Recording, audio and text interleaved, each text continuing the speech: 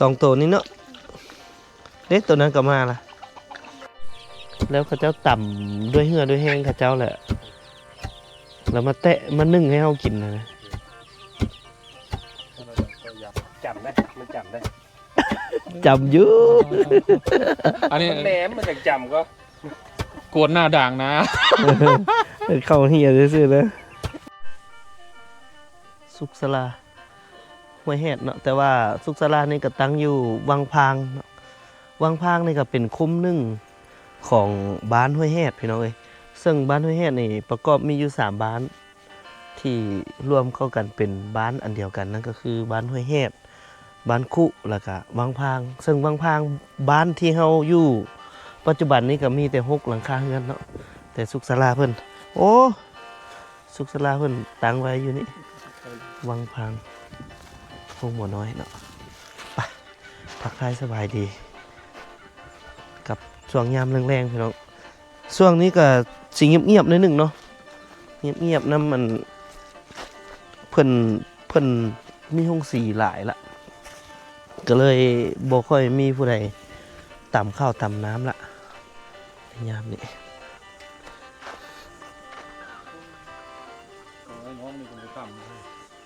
บ่แม่นมีอันนั้นหรอบ่เงินหลังนี้ล่ะ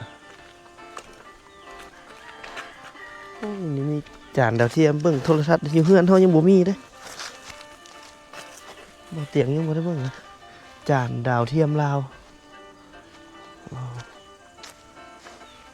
เขาต่ำได้เซาบ่ เนาะ เขาต่ำช่อง เพื่อนหลังไหนบ่อน2ไอ้น้องต่ำหมดก่อนอยู่เนาะมาวันนี้เราบ่ต่ำ เซา เปลี่ยนแล้วบ่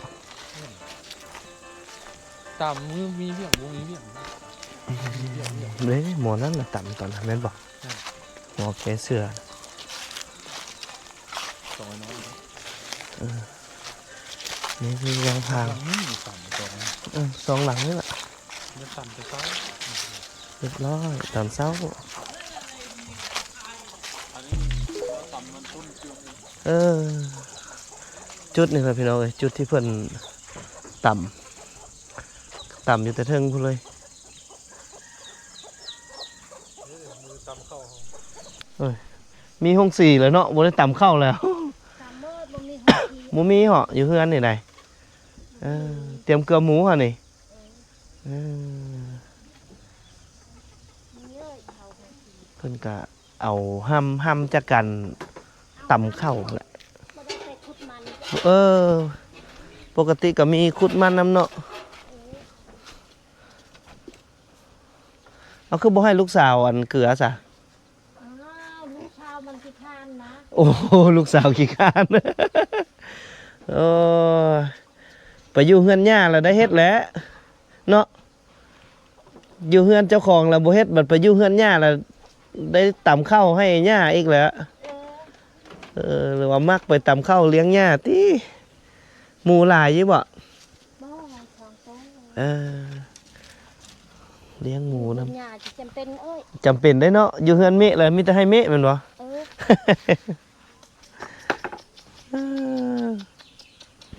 ตัวเยอะเบิ่ล่ะเนาะมีแต่ตัวเยอะเบิ่ล่ะ เอาน้ำข้าวมานี่บ่ใส่มาแล้วพี่น้อง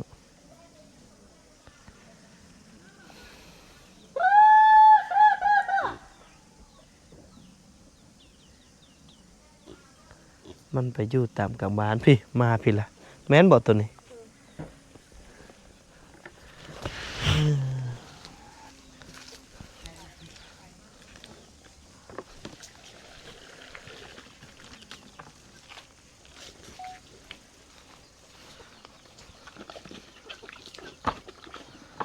2 ตัวนี้เนาะ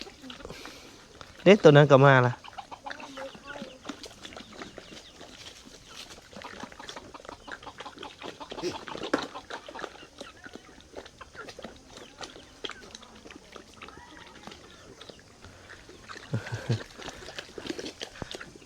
มากินน้ำเดียวเลย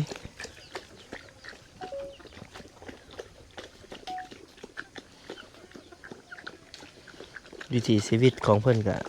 มีแต่เท่านี้แหละพี่น้องเอ้ยตอนเช้าก็ตำข้าวบางเทื่อก็ตำตอนแรงเนาะ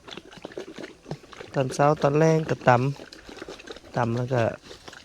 เอาห้ามนี่ไว้เกลือตัวหมูนี่ก็เพิ่นก็เลี้ยงจำนวนหนึงก็สิมีคนมาซื้อ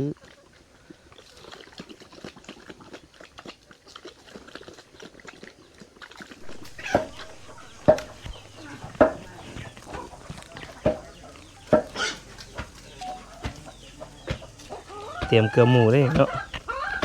โอ้มันต้นอะไรเนี่ยมันต้นสลายไซส์แต่มันเนาะ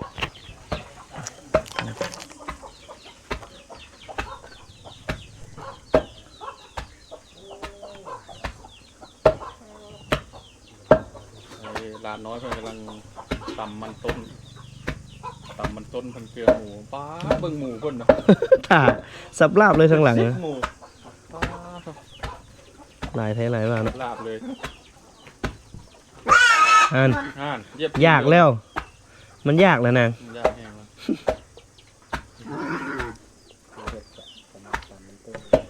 ล้ว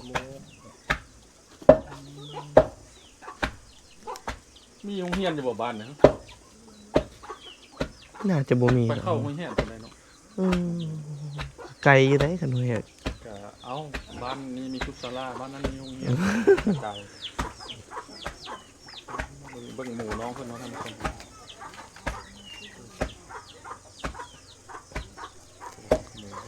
หลายนี่ถ้าผมนอนท่ากินอยู่พี่เอ้าหมูตัวนี้คือเป็นอันนี้ปากมันฮะสโปสิกินน้ำหมูได้อยู่วะหลายนะเตรียมเกลือพี่น้องโอ้เพื่อนเลยพี่น้อง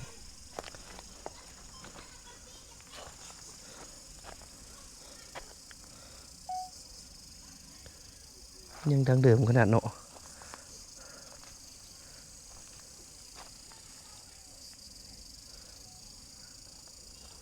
ท่านผู้ชมมาเบิ่งเฮือนโบราณดังเดิม แต่ว่าเงินเพื่อนนี่ยังใส่อันน่ะตองคอจนเบิดเลย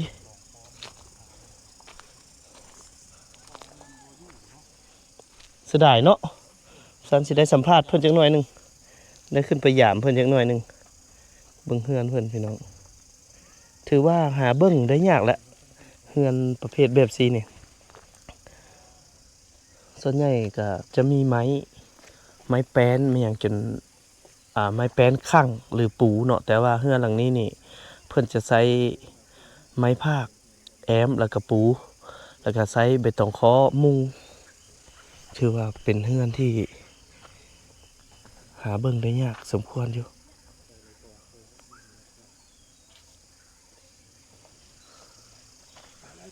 ฮะ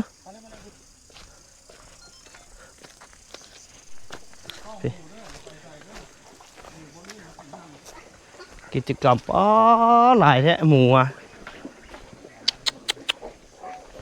เบิ่งดูแม่นบ่เลยปอตัวไหลมาพุ่นน่ะโอ้โห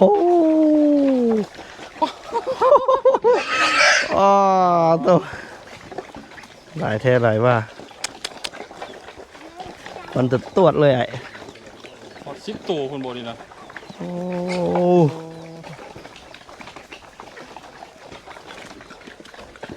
ไปแล้วเนาะน้อง เบิ่งตัวเป็ดตัวไก่กับมาหุ่มกินน้ำกันหมอนี่คือสิกินน้ำหมูบ่ได้ดอกหมอนี่ปากเบื่ออยู่ เปิดก่อน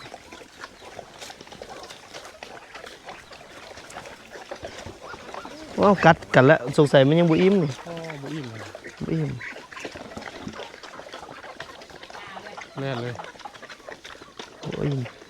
บรรยากาศบ้านๆดีเนาะเกลือหมูยามแรง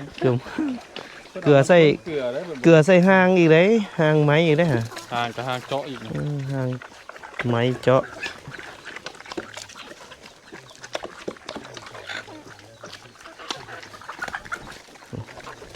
ตู้เนาะ ก็บอกกินน้อยเดียวหนึ่งเนาะ ตมใจเลย ก็ว่ากินน้อยเดียวหนึง มันน่าจะไปหารุดกินในป่าเลยตื่นสารอาหารครบถ้วนเนาะ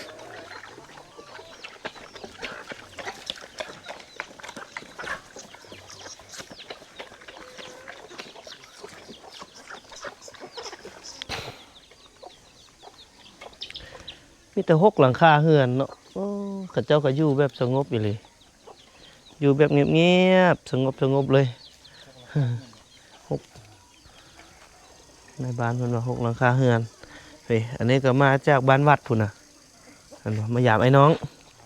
แต่ว่าผู้สาวบ้านใดฮู้หมด บ้านสาวอยู่บ้านห้องแหนหู้เลย ฮู้เนาะยังอยู่บ่ เขาไปเฮ็ดเวียกเลย เออ มีอยู่แต่ว่าเขาไปเฮ็ดเวียกแล้วเนาะน้ำหยังตัวทางหลังนี่ นี่จ้ะ น้ำมันนี่ห้วยหยัง หัวหลอกเลย ห้วยลอกแม่นบ่เออคืออยู่นี่มันก็บ่ค่อยมีคนหลายเนาะคือ6หลังคาเรือนนี่ก็บ่เกิน70บ่เกิน50คนพี่น้องประชากรเขาเจ้าก็น่าจะบ่เกิน50คนดอกเรือนหนึ่ง7-8 คนประมาณนั้นแหละห้วยลอกก็ติเบิ่งเดี๋ยวย่างลงไปเบิ่งกันถือว่าน้ำถ้าว่าเทียบใส่ประชากรกับหลังคาเรือนนี่มาเทียบใส่ห้วย อันนี้นี่โอ้มันก็เหลือกินเหลือไซเลยพี่น้องเบิ่งน้ำห้วยนี่เฮ้ยน้อยก็ลงมาเล่นน้ำที่นี่ใบไม้ใบตอกหล่นเต็มเลยเนาะเสียงเขียดฮ้องพี่น้องเอ้ย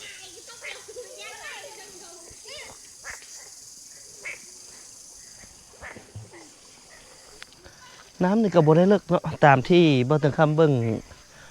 น้องๆเขาเจ้าลงไปเล่นตามขอนไม้นะก็เพียงถ้าเทียบเสเด็กน้อยก็เพียงกลางขาเพียงอย่างนี้ก็ถือว่าเป็นแม่น้ำที่บ่เลิกก็เด็กน้อยลงเล่นก็สิปลอดภัย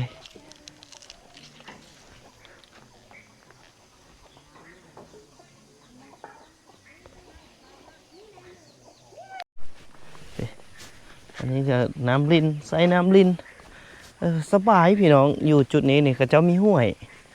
มีอันนั้นแหละเขาเจ้ามีทุ่งนาอีกเนาะก็ถือว่าหมู่บ้านน้อยๆกับพื้นที่ทุ่งนาที่พวกเราเห็นอยู่นี้นี่ก็ถือว่ากุ้มกินแล้วเนาะเราสังเกตเบิ่งว่าอยู่ในบริเวณหมู่บ้านแห่งนี้สิบ่เห็นจุดใดที่เพิ่นทางให้เลย เพราะว่าจะมีทุ่งนาอยู่ทางทิศตะวันออกนี่แหละทางทิศตะวันตกเนาะพี่น้องเนาะทางทิศตะวันตกที่เพิ่นเฮ็ดนามีทุ่งนากว้างเนาะดังที่พวกเราเห็นนี่แหละ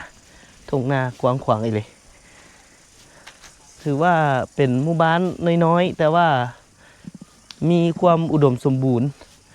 ทางด้านทรัพยากรธรรมชาติเนาะประชากรก็น้อยแต่ว่าพื้นที่นี่ยังกว้างบ่อนเลี้ยงสัตว์เห็นเลยว่าหลายแห้งเนาะหมูเขาเจ้าก็เลี้ยงแบบปล่อยตามกลางบ้านเลยก็สบายไปอีกแบบเนาะพี่น้องเนาะอยู่กัน5-6 ครอบครัวอยู่ในหมู่บ้านลึกลับแห่งนี้ก็สงบสุขอีกแบบหนึงแต่สำคัญก็คือจุดนี้มีสุขศาลาตั้งอยู่ความสะดวกสบายก็สิหลายขึ้นเนาะเพราะว่าชาวบ้านอยู่หมู่บ้านนี้ก็สิได้ใช้สอยประโยชน์จากสุขศาลาแห่งนี้ได้ดีที่สุดกว่าหมู่บ้านอื่นที่เพิ่นตั้งอยู่จุดนี้ก็ตามที่บ่ได้คำฮู้มาก็คือเป็นจุดใจกลางระหว่างบ้านห้วยแฮดลงมากับแต่นี่ไปหาบ้านวัดเนาะก็สิสุขศาลาอยู่จุดนี้ก็สิเป็นจุดใจกลางเดี๋ยวบ่เตียงสิไปอีกหมู่บ้านหนึงเพราะว่ายังมีอีกคุ้มหนึงที่เป็นหมู่บ้านเป็นบ้านเดียวเนาะเป็นบ้านเดียวกับบ้านห้วยแฮดนั่นก็คือบ้านคุที่บ่เตียงยังบ่ทันได้ นำเสนอให้พี่ให้น้องได้เบิ่งได้ชมอยู่หั่นก็มีอยู่10ปลายหลังคาเรือนเนาะบ้านที่น้อยที่สุดก็คืออยู่จุดนี้แหละคุมนี่แหละที่มีเพียงแต่6หลังคาเรือนและอีกคุมหนึงบ้านคู่เฮาก็10ปลายประมาณ15 16เดี๋ยวเฮาไปเบิ่งนำกันนี่ก็อีกจะเป็นอีกคุมหนึงของบ้านห้วยเฮ็ดคุมนี้ก็สิมีอยู่ประมาณ16หลังคาเรือนเนาะแต่ตามที่สังเกตเบิ่งบ่เห็นหน้าแต่เห็นเพิ่นตัดไม้อยู่ทางมาครับน่าจะเป็นการทางให้อยู่จุดนี้บ้านนี่ก็จะอีกคุ้มหนึงแต่ว่าใน3คุ้มนี้ก็คือคุ้มนี้แหละบ้านนี่แหละที่มีครอบครัวที่ทุกข์ยากหลายก็หมู่สังเกตเห็นตามเฮือนเบิ่งเฮือนเพิ่นมีแต่หลังน้อยๆส่วนใหญ่มีแต่หลังน้อยเนาะหลังใหญ่นี่ก็นับได้เลยกวมเอาบ่ถึง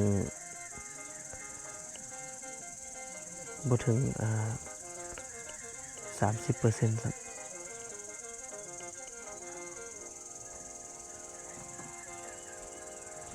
บ้านนี้นี่พวกเขาสิบ่ได้เลาะเนาะพี่น้องเพราะว่า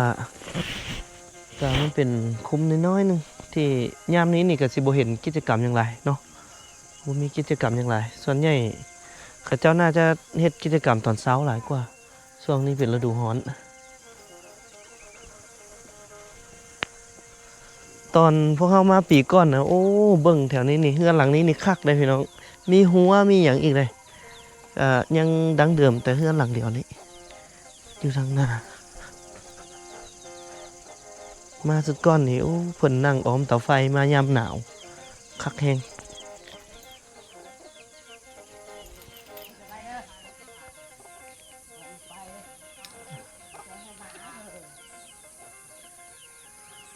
ไปทางใด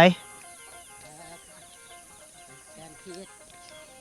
ฮะ การเครียด ไปการเครียดโอ้ไปแต่เว้นแท้ เห็น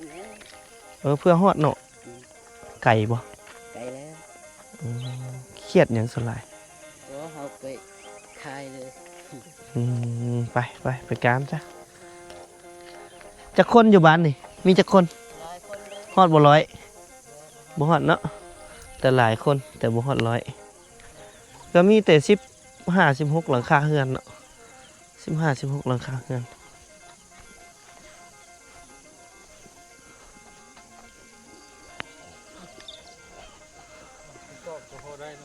ฮะ หูตอกก็พอได้เนาะ พอได้หมูแพงบ่อยู่บ้านเฮาตัวหมูราคาแพงบ่แพงไงเนาะตัวจักแสนตัวซ้ำนะฮะซ้ำมันกำลังดุดอยู่ฮะเห็นบ่ เนี่ย ฮอดล้านบ่ คนล้านเนาะ ล้านสลายคนอยู่ใส่มาซื้อคนเวียดบ่ เรียก ไอ้น้องเวียดนามมาซื้อโอ้ คือเศร้านี่เห็นมา2คนลาวคนลาวอะ แม่น่ะ ซื้อแบ้ติ แม่หมู หมูก็ซื้อแบ้ก็ซื้อ บ่ได้จักตัวบ่มาน เขาบ่ขายเนาะมาถึกตอนถึกช่วงบ่ขายเถอะ ที่ช่วงเขาบ่จำเป็น อื บ่จำเป็น ม ใช้เงินเนาะ ความหมายคือเลี้ยงสัตว์ไว้นี่เพื่อยามแก้ไขยามจำเป็น เอาเพิ่นหาก็ได้เงินโคตรมันใหม่ๆเลย ช่วงนี้เลยก็เลยบ่ขายเนาะ โตก่อนช่อง อืมจักเฮือนก่อนอยู่บ้านเฮา ชี้ เบิดนี่ได้4เฮือน นับตามสามโนบ่ นับตามเลขสามโนแต่หลังคานี่สิหลายอยู่เนาะคาหลาย น่าจะเฮาเอิ้นครัวเฮือนหั่นนะครัวเฮือนหนึงก็สิแบ่งออกเป็นหลายหลังคาคือแบบซั้นนี่ก็สิเป็นแบบว่าเฮือนลูกเขยลูกไผเมียเขาเจ้าปลูกอ้อมอยู่นํกันยังบ่แยกสามโนเพิ่นก็เลยนับเอาเป็น4หลังคา4ครอบครัวว่าซั่นซะแต่หลังคานี่ก็สิประมาณ10ประมาณนั้นไปเดี๋ยวเราเข้าไปพุ่นบ่เข้าไปในบ้านใหญ่เนาะไปพี่น้องเดี๋ยวเราเข้าไปยังบ้านใหญ่ต่อห้วยแฮดอันนี้ก็สิเป็นคุ้มหนึ่งของห้วยแฮดนั่นแหละเป็นบ้านขึ้นกับบ้านห้วยแฮดคือกัน แต่อยู่นี่เพิ่นเอิ้นบ้านกุว่ะบ้านกุเป็นชนเผ่าตรีชนเผ่าตรี รีคือกันเว้าภาษาพามังกองจะโดยเนาะเนาะจะโดยไงเด้อแกงหน่อไม้เนี่ยอาจินอาบังอ่ะอาบังเนาะอาจินอาบังปลาละไม่หยังเสียอาจินอาบังเสียหมูนี่อาลิกอ่ะอาลิกโอเคไปก่อนเด้อไปก่อนบรรยากาศพี่น้องเอ้ย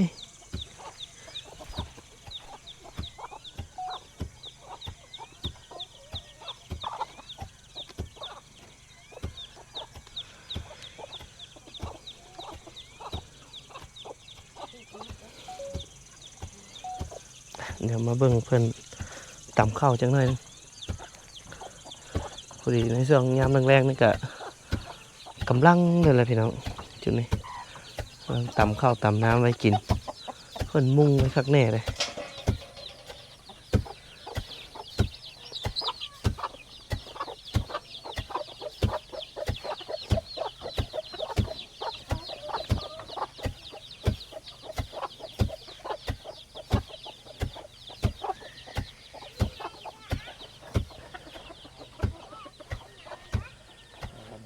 บรรยากาศน้ำแดง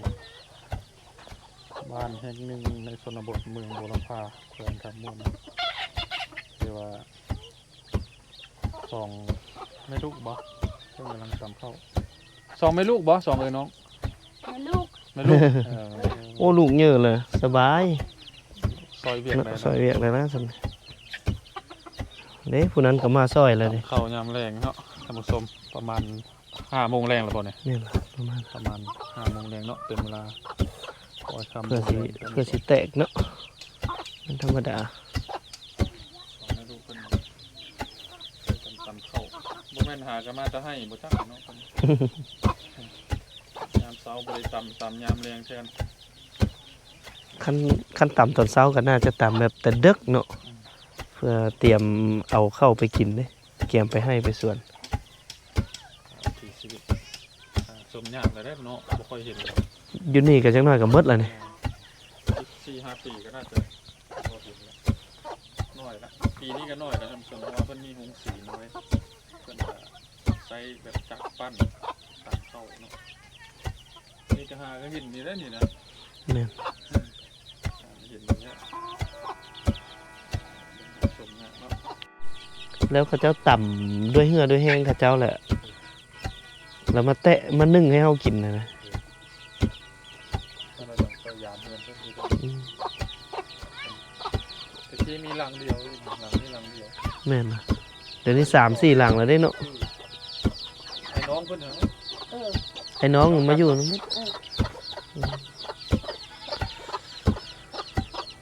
ที่มีเงินเพิ่นหลังเดียวอยู่นี่ ตอนเฮามาหา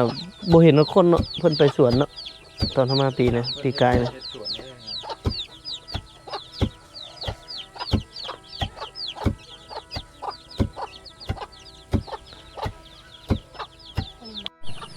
เดี๋ยวตามน้ำกันได้เนาะ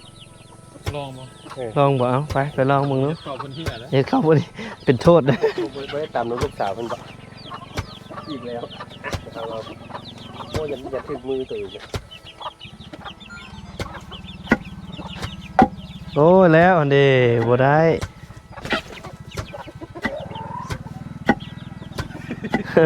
บ่แลกย้อนนะบ่คือนะพอแต่จุ่มซื่อๆนะไปสิไปนั่งต่ำเลยนั้นมันสิไปได้แห้ง ก็จะยกจุดสุดแขนทิ่มลงนะ จำได้มันจำได้ จำอยู่ อันนี้ แหลมมันจากจำก็ กวนหน้าด่างนะ เข้าเฮียซื่อๆเลยอันนี้ ซ้อบ่คือเอาเมียทางนี้บ่คือละ เมียกับเมียตั้มเลย เมียต่ำเนาะเฮียต้องเฮียเด้อย่าจังนั้นเข้าเพิ่นเฮียเพื่อสิได้กำนึงบ่แม่นธรรมดาเด้อเด้ น้อยบ่มาตั้มน้อย โอ้เขาบ่เสี่ยวซ่านเนาะเขาบ่เสี่ยวซ่านครับ บ่คือนะนั่งต่ำ คือจะบาดเจ้าสร้าง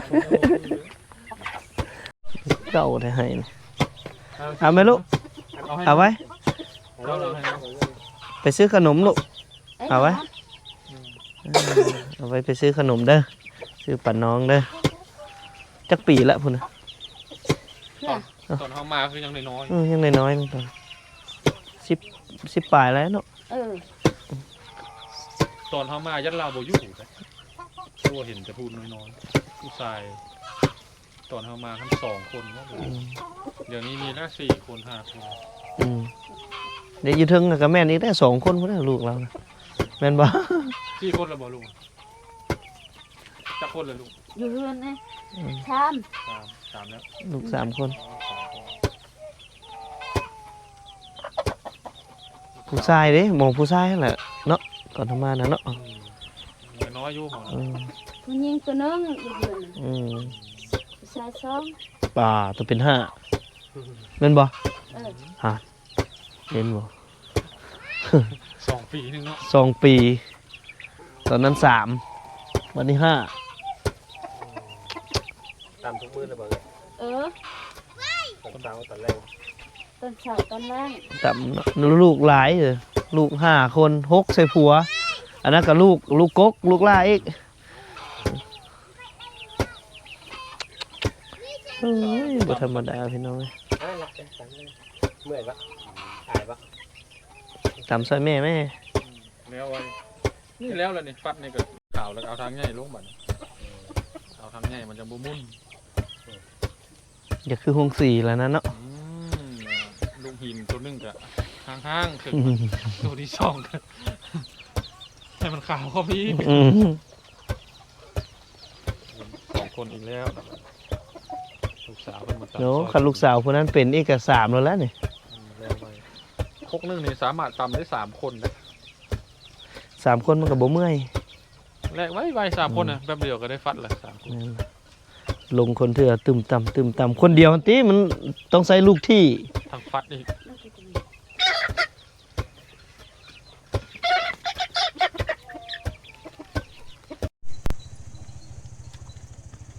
โอ้ยท้องพี่น้องเอ้ยจนสิจำฮดดินบ่แม่นธรรมดาเนาะเดี๋ยวพอเตียงค่ำพาเลาะเบิ่งอยู่จุดนี้โซนนี้ก็สิเป็นโซนที่ออกเฮือนใหม่เนาะมาปีก่อนๆนั้นมีเพียงแต่ประมาณ2หลังคาเฮือนนั่นแหละแต่มางวดนี้มีอยู่5ละอันนี้ก็น่าจะปลูกใหม่แบะเพิ่นก็เลี้ยงเพิ่นน่าจะปลูกใหม่เต็มอีกกายังเป็นเฮือนที่ถือว่าดั้งเดิมสมควรเลย อยู่จุดนี้เนาะเพิ่นก็น่าจะมีแผนที่จะปลูกเฮือนใหม่อยู่เห็นไหมเต็มกองล่างอยู่พี่น้องโอ้เพิ่นปรับดินไว้เป็นที่เรียบร้อยหมดแล้วเนาะแต่เฮือนเพิ่นนี่ก็มุงสังกะสีครึ่งหนึงละก็ถือว่าครึ่งถาวรยังเป็นเฮือนชั่วคราวแหล้วเนาะคันสิว่านั้นหนึงก็ได้เบิ่งเฮือนเพิ่น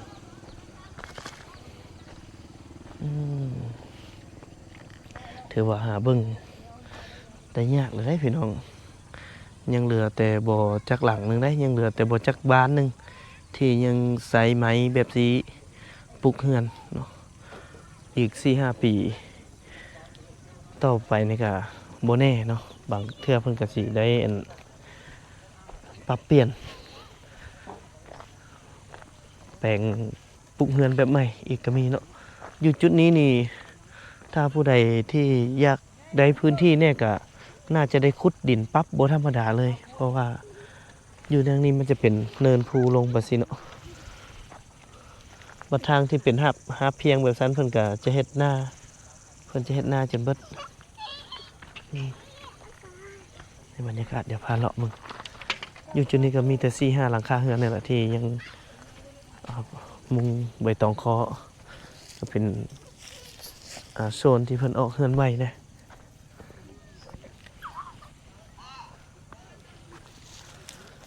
เห็นว่าเฮือนหลังน้อยๆไปสิครับ 4-5 คนบ่ได้นี่หรือ 6-7 คนจักคนเนี่ยอยู่เฮือนนี่ 4 คน นาน ออกเฮือนใหม่แมันบ่นี่ แม่น นะเพิ่นออกเฮือนใหม่พี่น้องก็เลยปลูกแบบอยู่ชั่วคราวซะก่อนลูก2อยู่กับเมีย ก็ประมาณนั้นแหละ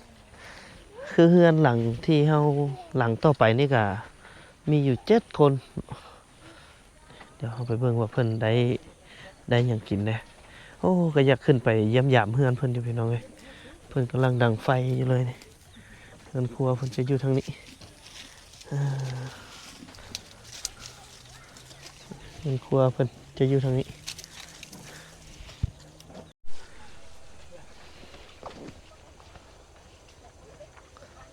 ไปไสฮะ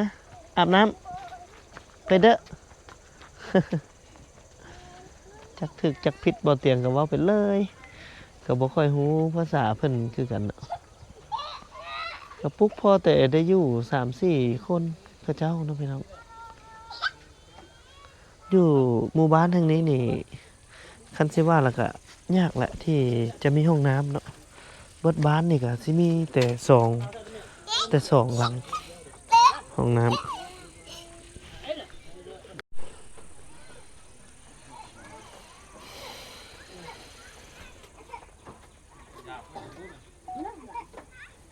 หยังคือว่าดังไฟแรงเนาะ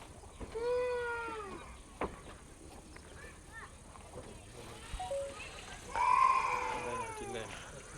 จาก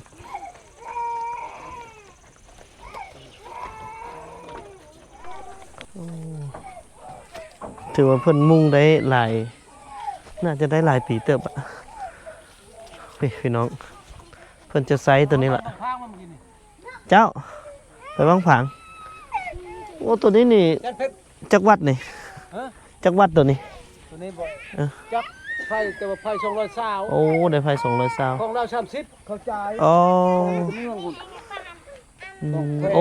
เรา30นี่เข้ามาบ้านนี้อีกเนาะ จ้ะ อ๋อโอ้สุดยอดแท้ ของเรา30แล้วเป็นยังไง เตรียมไปหากินแล้วเนาะ อยู่ดำปลา ไปดำปลาในห้วยใด นะ ไปดำอยู่ห้วยใด เสียกอกนี่แหละ โอ้ห้วยกอก เจ้าข้ามมาน่ะ เออ ไปก่อนเด้อ โดยปลาตัวเนาะปลากระสิปลายังสลาย ป้าไปจังปลาขี้คม ปลาขี้คม ปลาจ้าบ อื น้อยแล้ว ม มันบ่อยากมีแล้ว มันบ่อยากมีเนอะ พอแต่ได้กินเล็กน้อย พอได้แก้ว หากับพ่อได้เจ้วเพิ่นว่ามัน เก่าแหละ เริ่มคนเริ่มหลายขึ้นพี่น้องแหล่งธรรมชาติพันน้อยลงแหล่งน้ำลำห้วยก็เหือดแห้งเห็นให้ป่าก็หายไปเนาะเฮือนหลังนี้กับอีกเฮือนหลังหนึ่งนี่ยังแต่4-5 หลังคาเฮือนที่เพิ่นปลูกเฮือนแบบมุงตองคออยู่ลักษณะแบบนี้เนาะ อันนี้นะมาไม่รู้อ่ะหน้าอะไรไปลูกโอ้โห อ้ายแกล้งเอากระป๋องโลบ่โอ้ได้แล้วเอาไปขายบ่เออ ได้อย่างกินแรงฮะโอ้ยมาเบิ่งเพิ่นได้อย่างกิน ได้อย่างกินแรงนี่ ได้อย่างเจี๊ยะแนวกิน บ่ฮู้ภาษาลาวเนาะบ่ฮู้เนาะเพิ่นกำลังแต่งกินอยู่พี่น้องเอ้ยเพิ่นครัวเพิ่น